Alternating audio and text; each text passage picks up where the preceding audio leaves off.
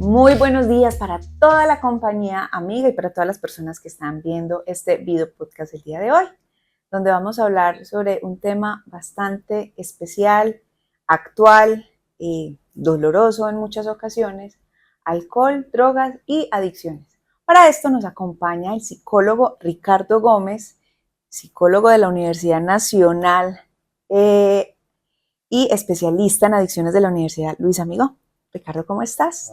Hola, buenos días, mucho gusto, muy agradecido pues como por la invitación y bueno, para mirar a ver que aprendemos un poquito más de este tema. Claro que sí. Ahorita que estábamos detrás de cámara, pues empezamos diciendo, venga, antes de empezar a hablar en sí como del tema, hablemos de historia, de un contexto en el que nosotros sabemos que nuestros ancestros hacían algunos rituales, ¿cierto? Para estar en conexión con, no sé, astros, con el cielo, con lo que no podían explicar. Entonces, como que hablemos de origen, hablemos de ese origen de alcohol, drogas y adicciones.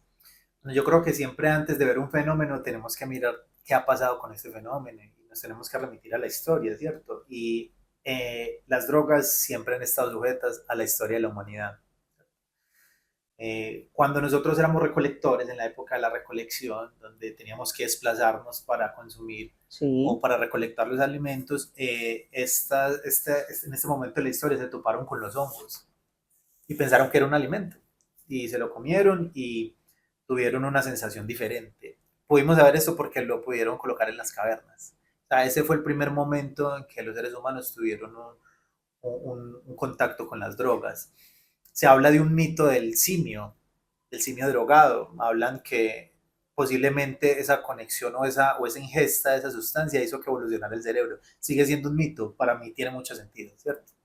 Otras historias, otros momentos en la historia, como otras civilizaciones, como la de Egipto, utilizaban las sustancias para curar, ¿cierto? Y también sembraron cebada, o sea, ya tenían la ingesta de cerveza, por ejemplo, como un uso recreativo.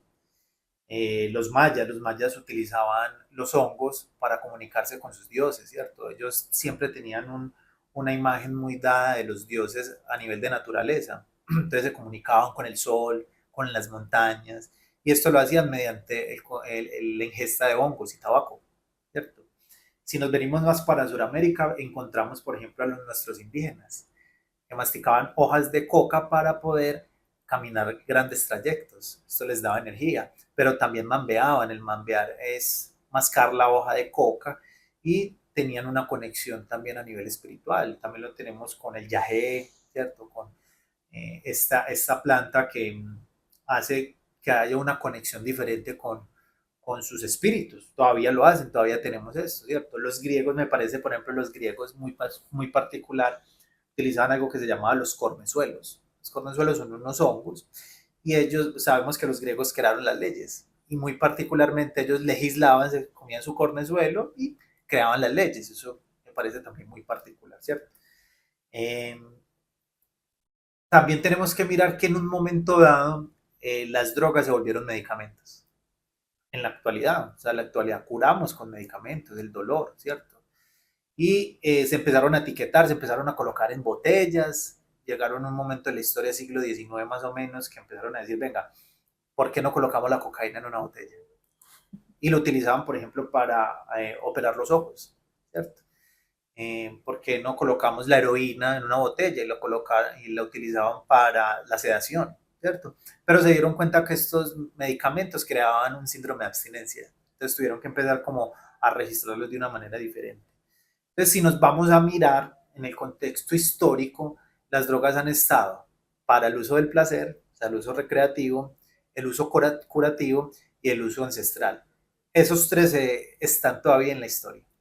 Algo particular es que estamos hablando de culturas que estaban en continentes completamente separados, en culturas, ¿cierto? Que diría uno, bueno, como culturas que estaban tan alejadas una de la otra, al final, ¿cierto? También terminaban utilizando hongos, hierbas para su día a día, porque en algún momento leí que los mismos egipcios para la construcción de las pirámides tomaban cerveza, ¿cierto? Esa era como la anestesia para esas labores tan arduas que ellos realizaban en su día a día y que no es muy alejado de lo que hoy también, Pasado. Claro, nuestra ¿cierto? civilización está muy ligada a todavía el consumo de sustancias para subir el estado de ánimo, para que nos den energía. O sea, todo está muy ligado todavía. Si vamos a ver en ese tiempo, mira a los egipcios, y si nos miramos, no estamos muy lejos del contexto del consumo de sustancias para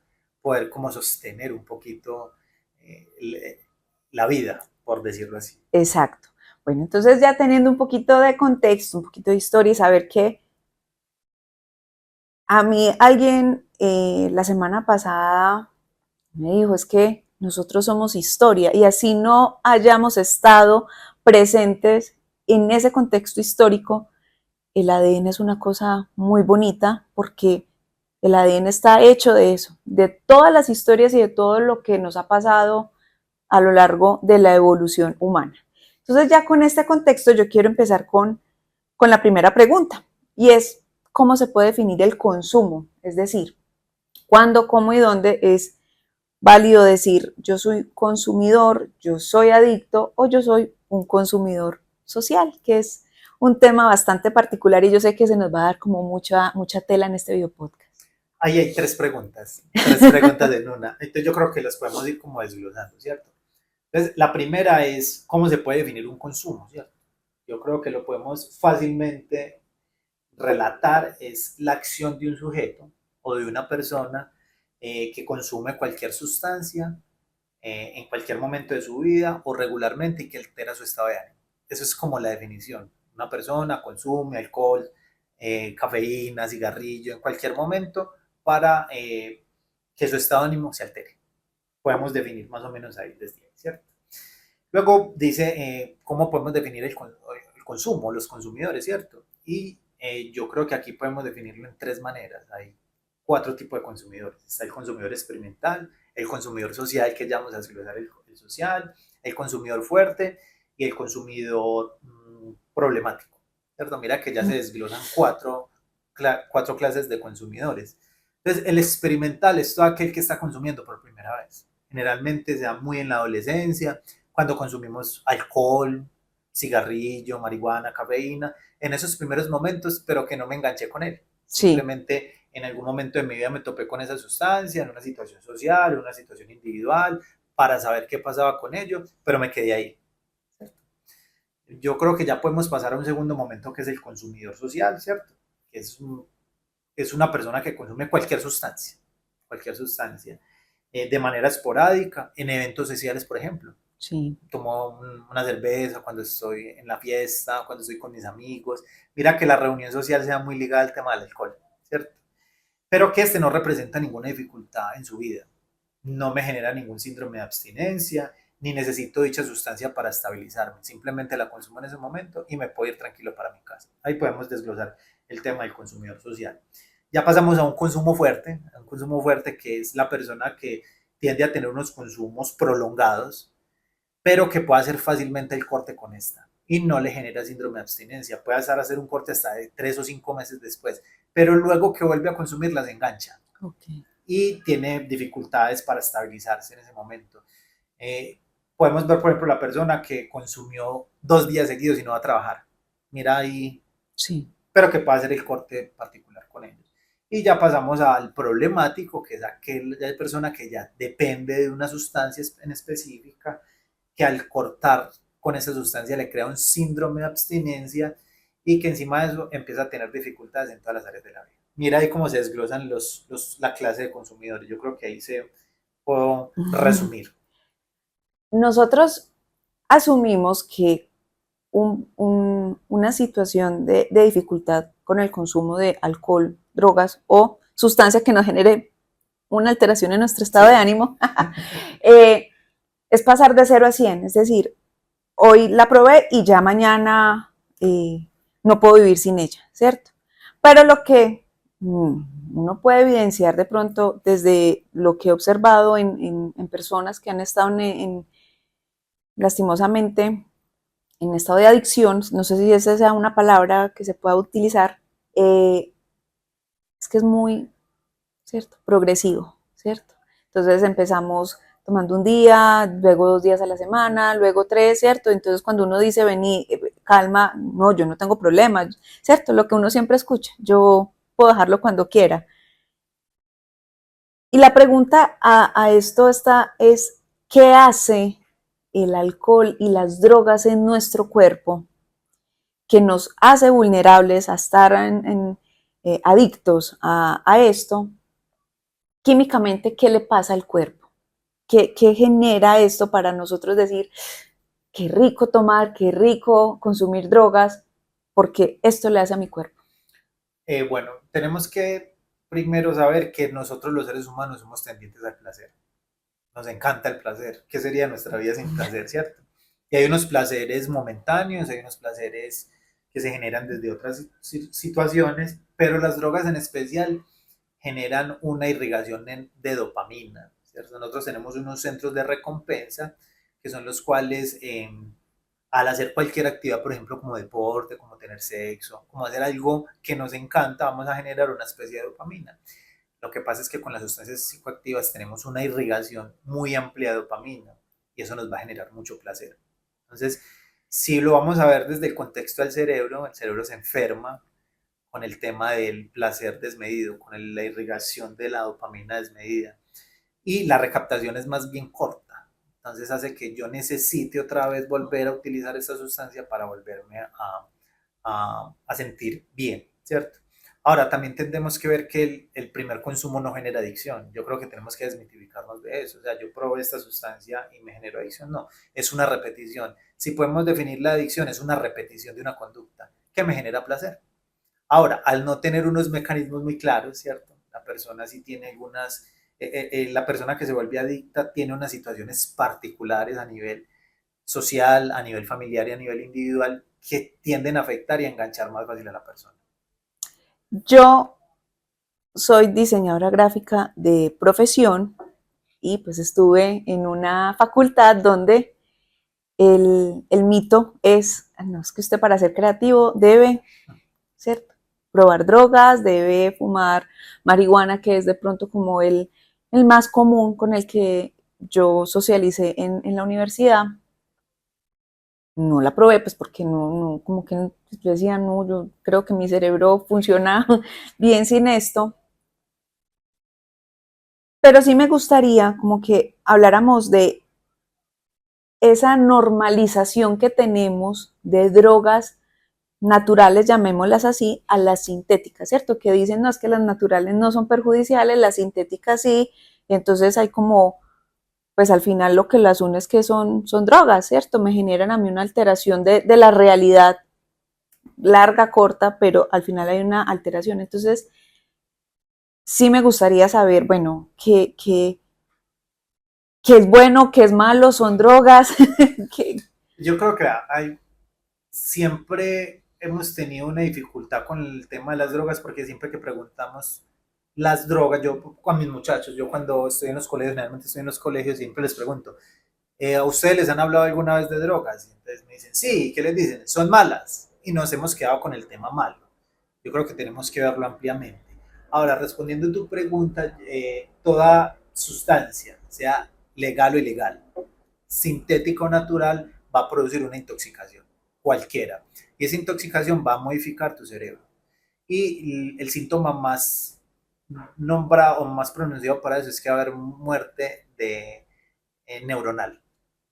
Al haber muerte neuronal, o sea, tu cerebro tiene que verse afectado. La atención, la memoria, la percepción y el pensamiento, el lenguaje, se van a ver totalmente afectados por esto, ¿cierto? Entonces, eh, cualquier sustancia va a producir esto, va a producir una alteración. Yo creo que es muy el mito que siempre decimos que la marihuana nos genera pues como unas percepciones. Sí, nos va a generar unas sensaciones diferentes y creo que las personas que están en el medio artístico utilizan mucho esta sustancia. A algunos les funciona, a otros no, ¿cierto? Al haber muerte neuronal, al haber esa dificultad en los procesos superiores, pienso que no, pues el funcionamiento no va a ser el mismo, la manera de ver el mundo no va a ser la misma, ¿cierto? Entonces, yo creo que la gente se engancha mucho con eso, pero sí, sigue siendo un mito. Listo, Ricardo. Bueno, hablemos hablemos del país que por leyes, por normalización, por yo creo que más oferta que demanda, no sé, o más demanda que oferta, no sé cuál será ahí el factor. Pero hoy la realidad es que en el parque, en la calle, en todos los escenarios, pues estamos viendo drogas y alcohol, ¿cierto? No creo que sea algo solo de las grandes ciudades del país, sino que también en municipios a nivel mundial, ¿cierto?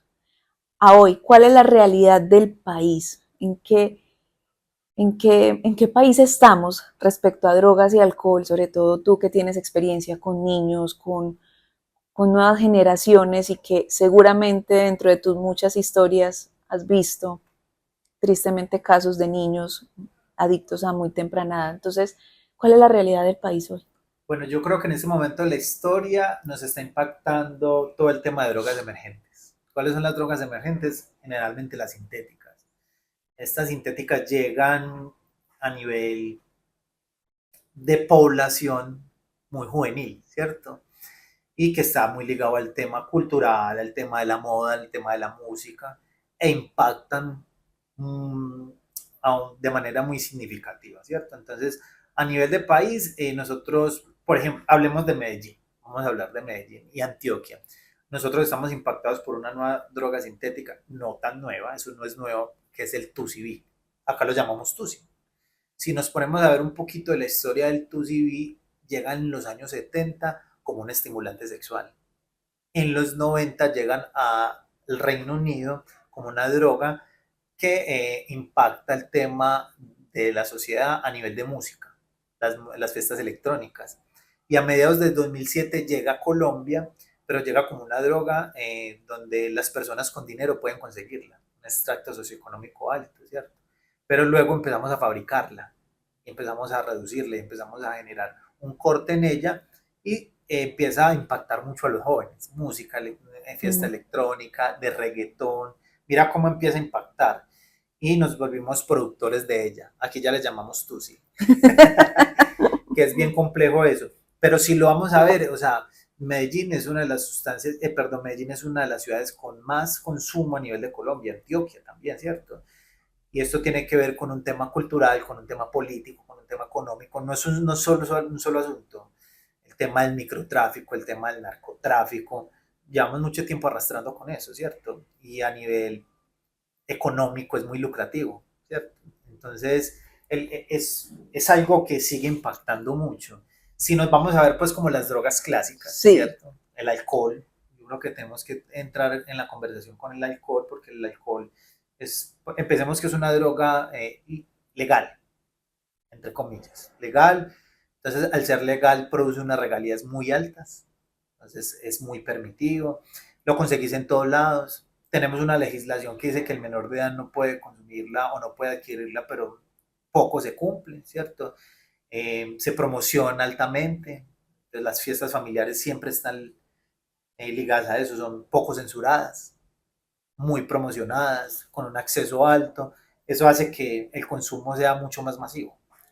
Ricardo, tocas una palabra que es muy bonita, familia. Y una no tan bonita, que es el alcohol, ¿cierto? Porque, si ahorita me lo decías, el consumo de alcohol normalmente inicia en la familia, ¿cierto? El papá, venga, yo le doy porque si no le doy yo, usted va a probar en la calle con otro, entonces mejor aquí, siéntese, ¿cierto? Entonces está tomar el traguito a escondidas en las fiestas familiares. De niños crecimos viendo a nuestros adultos ingiriendo alcohol, ¿cierto? Ahorita decías, es que no se trata de prohibir, porque la prohibición no ha funcionado. No, Eso no ha tenido no ha resultado como se ha querido, lastimosamente. Entonces, para nuestros papás, para las personas que están pensando en tener una familia y que quizás se preocupan es, pues, pucha, qué sociedad en la que van a tener que vivir mis hijos, donde está normalizado el tusi, la marihuana, el alcohol, muchas drogas que faltan por salir al mercado, o muchas drogas legales que ya las usan para otras cosas porque así somos. ¿Qué podríamos hacer para prevenir? No prohibir, prevenir. Bueno, yo siento que el tema de la familia siempre, pues es que la familia es el primer entorno que tiene el sujeto. Entonces, vos encontrás amor, encontrás comprensión, encontrás quien te escuche, pero estamos haciendo lo contrario. No tenemos amor, no tenemos norma, no tenemos una construcción desde ahí. Entonces yo creo que ahí es un factor de riesgo pues que predomina para el tema de las sustancias. ¿Verdad? Hay una triada muy particular que se habla de sustancia, sujeto y entorno. El sujeto puede tener unas disfuncionalidades particulares a nivel personal, eh, la sustancia que puede enganchar más fácil y el entorno. Eso hace que vos te enganches mucho más fácil y puedas generar una adicción, ¿cierto? Entonces, esa tría me parece muy, muy importante poderla tener en cuenta. Pero cuando hablamos de familia, es que hablamos de un espacio diferente, ¿cierto? Y desde ahí también se pueden generar unos entornos protectores o unos factores de riesgo que van a incidir mucho en los temas de primer consumo, en los temas de enganche, en los temas de prevención. Y eso va a hacer que la persona pueda tener unas estrategias diferentes, tanto para poder decir no o cuando se consume tener unas estrategias para poder tener unos consumos sociales o unos consumos experimentales o por el contrario, para engancharse fácilmente a esto y tener unos consumos problemáticos. Ricardo, hablemos como de señales de alerta de yo como mamá, de yo como María Teresa, ¿cierto? Yo como ser humano, ¿cierto? Esos signos de alerta que yo digo, venga, hay algo que no está bien frente a este tema porque estoy identificando esto, esto y esto y esto en el consumo de esta sustancia o de esta droga que ya Ricardo me aclaró que el alcohol también es una Sí, es droga. una droga. Listo. Legal, es que yo creo que tenemos que también identificar que hay unas drogas legales e ilegales, ¿cierto? Entonces, desde las legales tenemos el cigarrillo, tenemos el alcohol, tenemos la cafeína, ¿cierto? Tenemos unas ilegales que todavía no están constituidas, como la marihuana, la cocaína, otras drogas sintéticas que igual se consumen, ¿cierto? Entonces tenemos que diferenciar que sí son sustancias que alteran y que intoxican al individuo cuando se consumen, ¿cierto? Yo creo que eso tenemos que diferenciarlo. Bueno, yo creo que nosotros como papás conocemos mucho a nuestros muchachos y cuando no estamos muy pendientes de ellos es que pasan este tipo de cosas porque nosotros sí sabemos cuándo ellos cambian de estado de ánimo. Por ejemplo, una de las alertas cuando un chico está consumiendo es su estado de ánimo cambia. La dinámica familiar con la que estaba antes empieza a modificarse. Sabemos que en la adolescencia hay unos cambios. Ellos quieren estar más independientes, estar más aislados, pero los chicos que están empezando a consumir se aíslan más, hablan más poco, empiezan a tener dificultades, por ejemplo, en las áreas académicas, ¿cierto? Si estaban practicando un deporte, posiblemente empiecen a dejarlo. Si estaban inmersos en otro tipo de dinámicas, empiezan como a cambiarlas. Y yo creo que esos son los primeros signos de alerta, ¿cierto?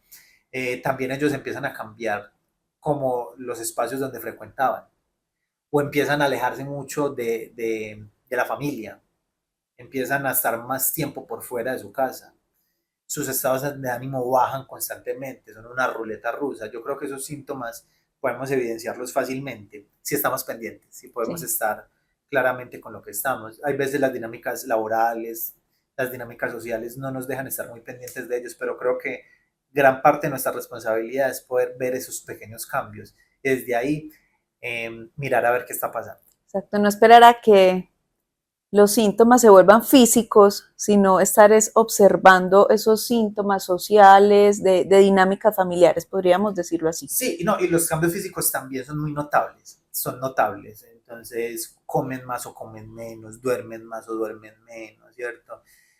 Sus ojos, su resequedad, o sea, hay varios síntomas también a nivel fisiológico que pueden ser notables para estos cambios, pero generalmente estos sociales, estos familiares sí son más notables. Listo. Y yo, María Teresa, me voy a sentar como a autoevaluarme, autoobservarme cuáles son esos comportamientos. Me imagino que son los mismos, solo que evaluarse uno mismo es complejo, ¿cierto? Uno de pronto no nota esos cambios sociales, pero listo, si yo me voy a hacer como esta evaluación y voy a decir, bueno, posiblemente sí tengo un problema con el consumo de drogas. ¿Qué observo en mí? Bueno, entonces lo primero que tengo que ver es si yo sí tengo un problema con las drogas. Yo puedo consumir y no puedo tener problemas con las drogas, ¿cierto?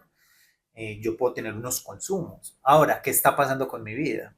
Si mi vida entonces a nivel familiar está cambiando por cuenta del consumo de sustancias, si mi estado de ánimo está dependiendo de ellas, si mi funcionalidad está empezando a crecer a nivel laboral, si mis relaciones sociales empiezan a cambiar, yo creo que yo tengo que preguntarme si está pasando algo con el tema, si consumo una sustancia y eso está afectando a nivel, pues mis esferas, si a nivel de salud yo empiezo a ver también unos cambios, porque el consumo trae unos cambios específicos, ahorita lo hablábamos, entonces yo puedo estar consumiendo marihuana, pongamos un ejemplo, y yo todo el tiempo estoy desatento, yo todo el tiempo me estoy quedando como sin memoria, y yo me estoy aislando, y yo estoy teniendo unos comportamientos diferentes, yo tengo que evaluar eso, yo tengo que evaluar eso. O si ese consumo de marihuana me hace alejar de mi familia, porque cuando yo estoy intoxicado no quiero ir donde ellos, entonces me alejo de ellos. Si lo vemos, por ejemplo, con el consumo del alcohol, entonces el fin de semana me la paso tomando todo el tiempo alcohol.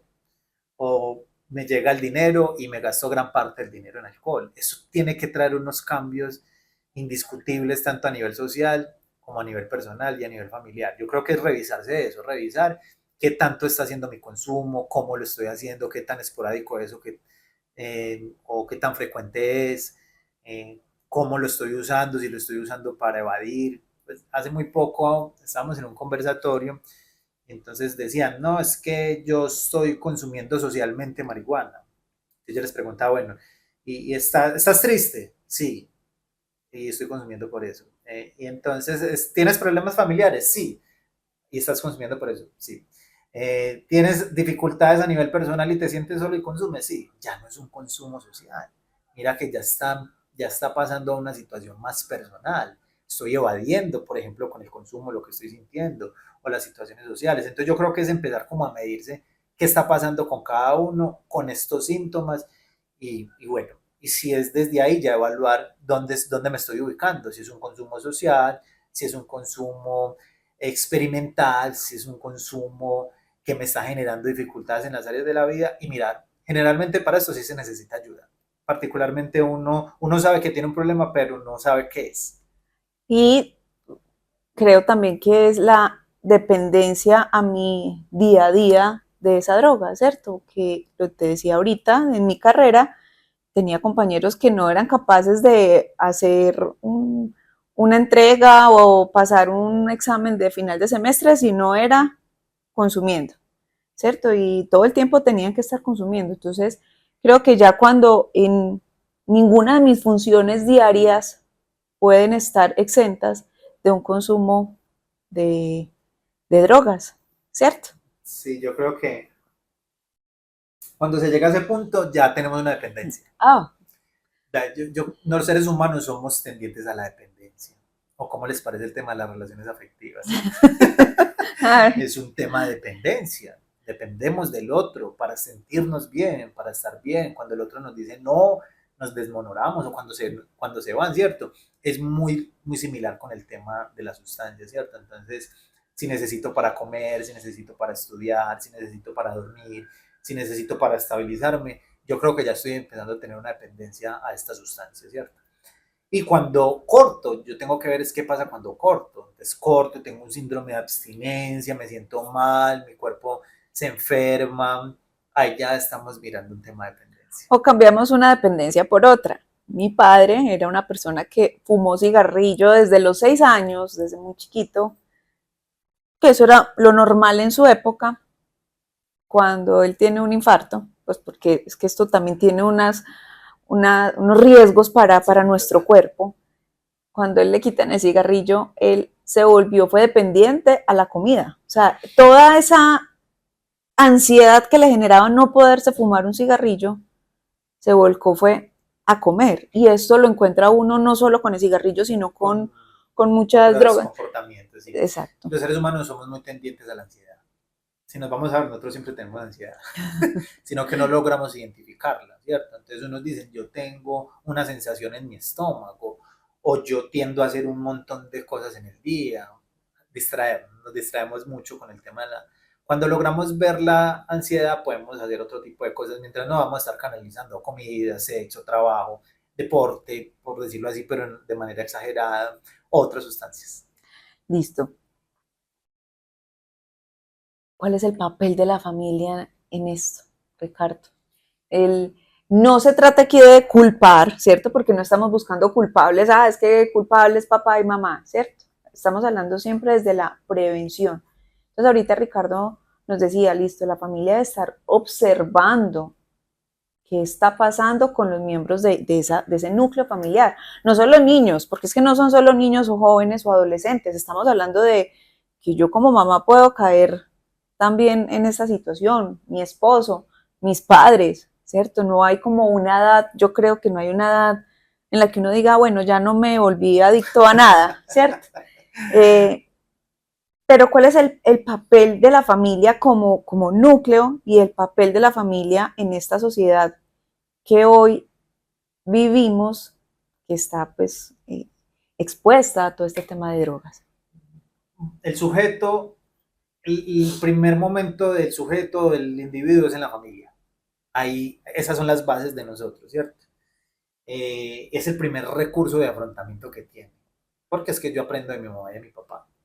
Todo lo que aprendo en la vida lo aprendo de mi mamá o de mis cuidadores. Es que porque no puedo tener en ese momento mamá o papá, pero hay alguien que cuida, ¿cierto? Eh, y yo creo que ese es un primer momento para afrontar tema de adicciones. Si encontramos familias funcionales, desde el amor, desde los límites, desde las normas, desde el apoyo, desde la comunicación, desde unos lazos afectivos, yo creo que se puede afrontar mucho más fácil el tema de las adicciones. Por el contrario, si encontramos disfuncionalidad, violencia, eh, encontramos todo lo contrario, el tema de la adicción puede llegar mucho más fácil. Es que me puedo enganchar fácilmente porque no encuentro, lo que no encuentro allá lo tiendo a encontrar en la sustancia. Es un bastón, podemos decirlo.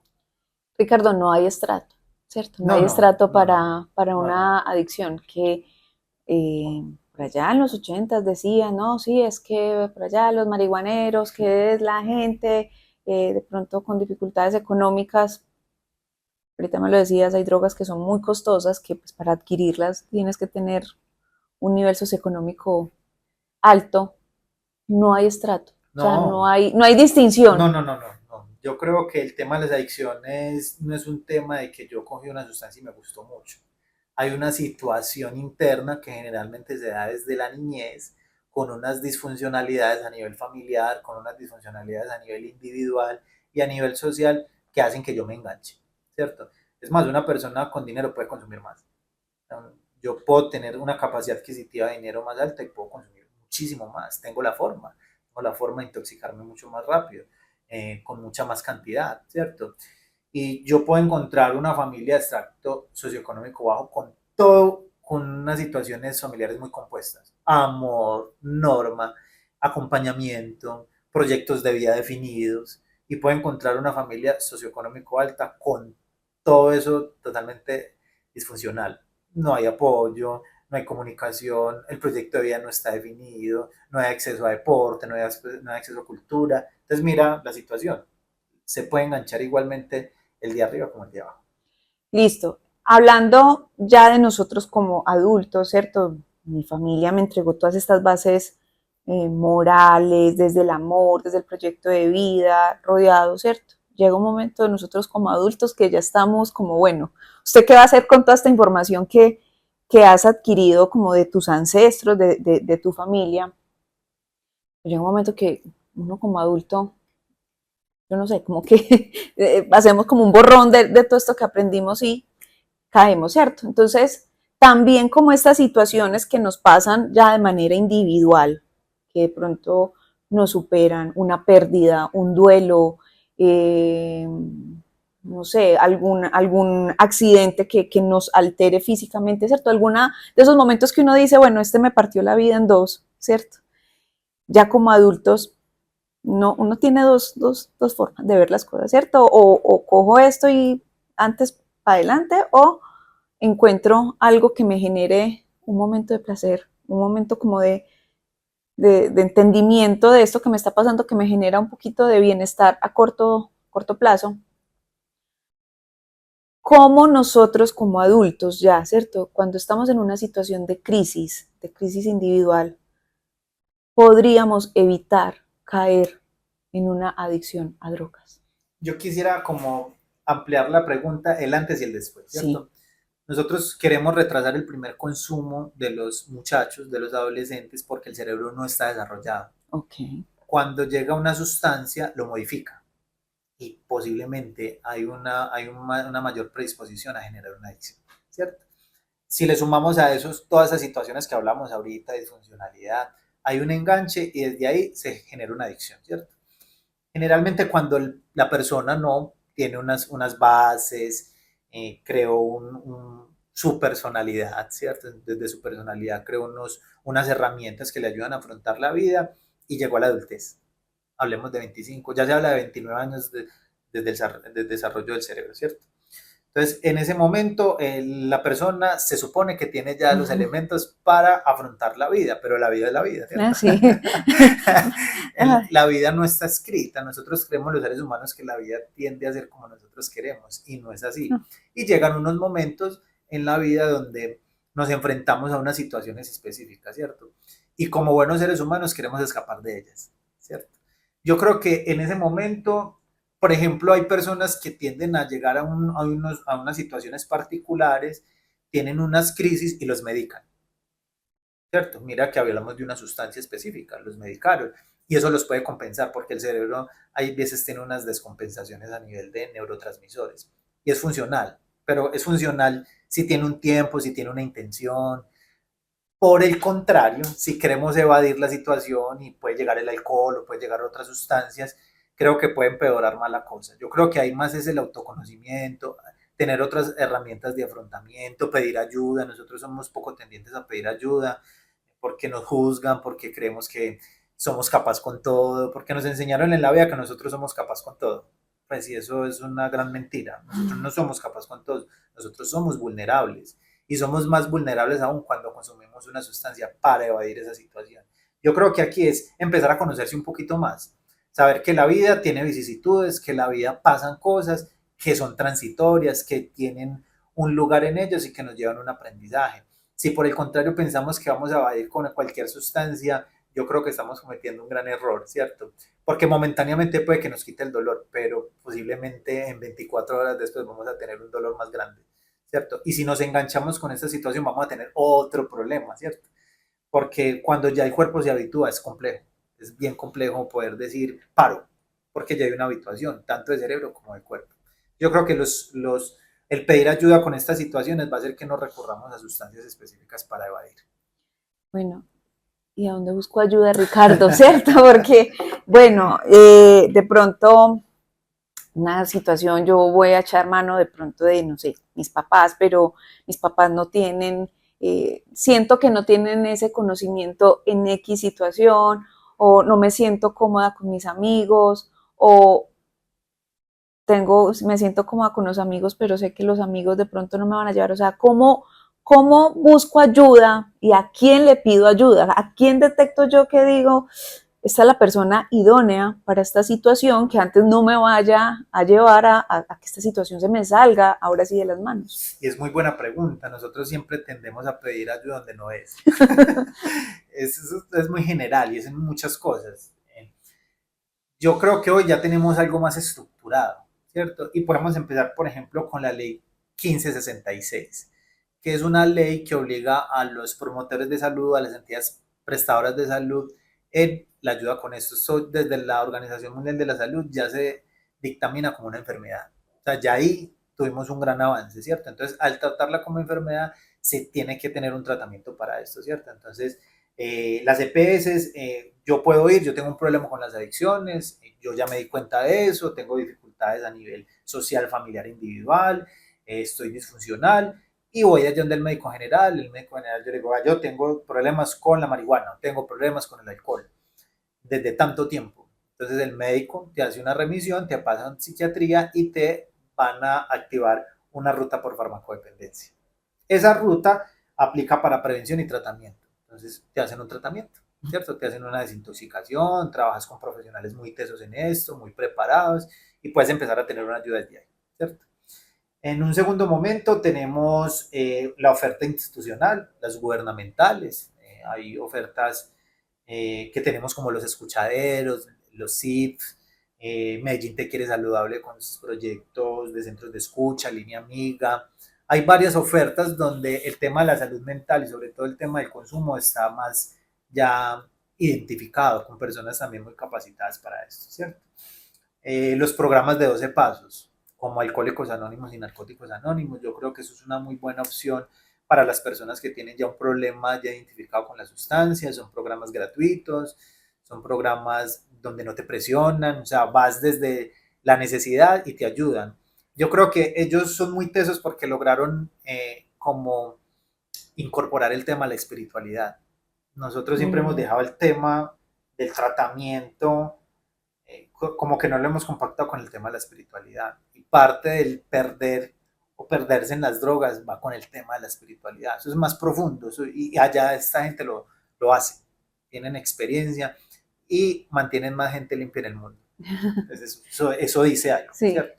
Y ya tenemos la oferta institucional privada, que son las comunidades terapéuticas, centros de tratamiento, donde vas, te internas y tenés un proceso con diferentes profesionales. Está Hogares Claré, Servir, La Luz, Centros Unidos, gente con mucha experiencia, que ha trabajado desde lo cognitivo-conductual, otros pues, han tenido otras experiencias con otros tratamientos, han incorporado y creo que también desde ahí uno se puede identificar y poder tener tratamiento con el tema de las adicciones. Hay algo que no está dentro de este checklist de preguntas, Ricardo, pero hay un desenlace muy triste y quiero tocarlo acá es porque las adicciones, ¿cierto? No tratadas o que, que de pronto las tratemos mal, buscar ayuda donde no es, puede terminar en la vida, ¿cierto? Puede terminar nuestra vida. Esa vida puede terminar por decisión propia o puede terminar por, ¿cierto? Ya por este deterioro, ¿cierto? Este deterioro que trae las adicciones. Y yo sí quiero es como que cerremos este en vivo normalizando el pedir ayuda antes de tomar cualquier decisión, el saber elegir una ayuda y la importancia de pedirla, ¿cierto? Ya sabemos que tenemos muchos canales, ahorita cuando publiquemos este video seguramente vamos a poner como esas líneas de atención donde pedir en las EPS, eh, pero es ya una conciencia propia porque la vida es sagrada, ¿cierto?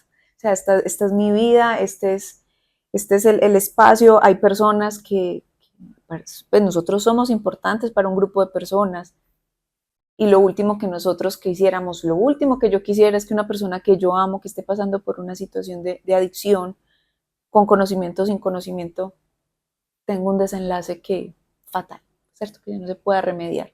Y seguramente en tu historia, en tu experiencia, has vivido situaciones que generen ese dolor, porque eso de generar un dolor inmesurable. Entonces sí me gustaría, Ricardo, que cerráramos este en vivo es con eso, la importancia de pedir ayuda. Hay un texto que a mí me encanta mucho que habla que las adicciones empiezan con dolor y terminan con dolor. A mí me encanta mucho esa expresión porque, claro, tenemos unas situaciones individuales no resueltas a nivel personal y llegan las sustancias como un arreglo, como una ayuda, como un salvavidas, pero que al final terminan siendo más dolorosas, se convierten en unas situaciones incontrolables que dañan a la persona y dañan todo lo que hay alrededor de ella, ¿cierto? Entonces, yo creo que nosotros tenemos que concientizarnos de que nosotros sí necesitamos ayuda, que nosotros sí necesitamos a alguien que nos escuche, que necesitamos saber que tenemos una dificultad y que solos lastimosamente no podemos. Si pudiéramos solos, la gente saldría rápidamente del tema del consumo de sustancias y no hay una sola alternativa. O sea, eso también es algo que tenemos que tener en cuenta. No hay una alternativa, hay que saber a cuál nos acomodamos, con cuál nos sentimos más cómodos, con cuál podemos como hacer algo con esto, ¿cierto? Y sí, efectivamente, Narcóticos Anónimos tiene una frase que dice que las adicciones acaban en las cárceles, en los hospitales y con la muerte. Y eso es un diario vivir, ¿cierto? Tenemos personas que gracias al consumo de sustancias psicoactivas están en una cárcel, que por el consumo de sustancias están en hospitales y otros que perdieron la vida. Eso está totalmente claro. Yo creo que hoy la invitación es, ve, si tienes problemas, pide ayuda. No es algo malo, no es algo inmoral, como lo hemos visto. Pide ayuda, lee, pues ya tenemos herramientas tecnológicas que nos permiten saber qué está pasando con el tema de las adicciones, qué pasa en nuestro cuerpo, qué pasa en nuestro cerebro, qué pasa cuando consumimos ciertas sustancias. Todas las sustancias no hacen lo mismo en el organismo. Hay una intoxicación, pero los síntomas son diferentes. Es mirar qué está pasando con tu vida y decir qué es lo mejor para ti. Yo creo que es la invitación, decidir. Vos sos el que elige en tu vida, las drogas no. Si haces que las drogas elijan por tu vida, va a ser un resultado que no te va a gustar. Y hay una cuarta que yo le añadiría a hospital, cárcel y muerte, calle. Sí. ¿Cierto? Hoy también estamos viendo una población en crecimiento de personas en situación de calle, con unos consumos altísimos de unas sustancias de todo tipo, y que es doloroso de ver esa imagen. Esa imagen es, yo creo que desde mi opinión, nos demuestra como ese fracaso en esa lucha, en esa prohibición contra las drogas, ¿cierto? Porque ¿cuántos de ahí podrían evitarse al ser escuchados, al ser acompañados, al tener un núcleo seguro familiar, ¿cierto? Ese es como un fracaso social, yo lo llamaría, pero no ellos como tal, sino de nosotros, De la sociedad, de la sí. sociedad. Sí, yo he tenido la oportunidad pues de trabajar con habitantes de calle, pues ya he pasado como por los componentes diferentes y cuando vamos a ver hay unos factores de riesgo para ellos, o sea, no empiezan diciendo yo consumí sustancias y estoy allá, no, hay unos factores ligados al tema económico, de la oferta institucional, de el tema de trabajo, bueno, hay unas situaciones, pero sí predomina el tema de las sustancias, o sea, las sustancias sí hacen, si vos te entrevistas con el 95% de la población, todos consumen sustancias, algo consumen, ¿cierto? Y que eso implicó también estar en calle. Y creo que todos los fondos son diferentes, pero eso es un fondo bastante doloroso. Es un fondo doloroso porque perdiste la mayor parte de lo que podías hacer, ¿cierto? La disfuncionalidad se vuelve mucho más grande. Entonces sí es una situación de fondo que podríamos anexar. Bueno, Ricardo, agradecerte por este espacio. Recordemos que lo que buscamos con este video podcast es la prevención, es una toma de conciencia, de análisis, de observarnos, de estar atentos a nuestros comportamientos sociales, culturales, a nuestros entornos, ¿cierto? También esa capacidad de observar con quienes nos estamos comunicando, nos estamos como compartiendo en sociedad, ¿cierto? Y ahorita te lo decía, yo hace varios meses llevo casi un año sin ingerir alcohol y lo más normal es que me digan, ay, pero ni una cerveza, ¿cierto? Venga, ¿qué es lo que nos está pasando a nosotros? Que lo normal es tomar alcohol, que lo normal es emparrandarnos con alcohol, que es lo más legal, y de ahí para allá se desprenden otras drogas. Entonces, Ricardo, agradecerte por este espacio, porque hablar de estos temas lo dejan a uno muy pensativo, y ojalá que las personas que hayan visto este video también estén en esta misma sintonía, observándose, analizando, tomando conciencia y por supuesto previniendo. No, muchas gracias por invitarme y bueno, atento a lo que se puede hacer. Gracias, Ricardo. Gracias. Hasta luego.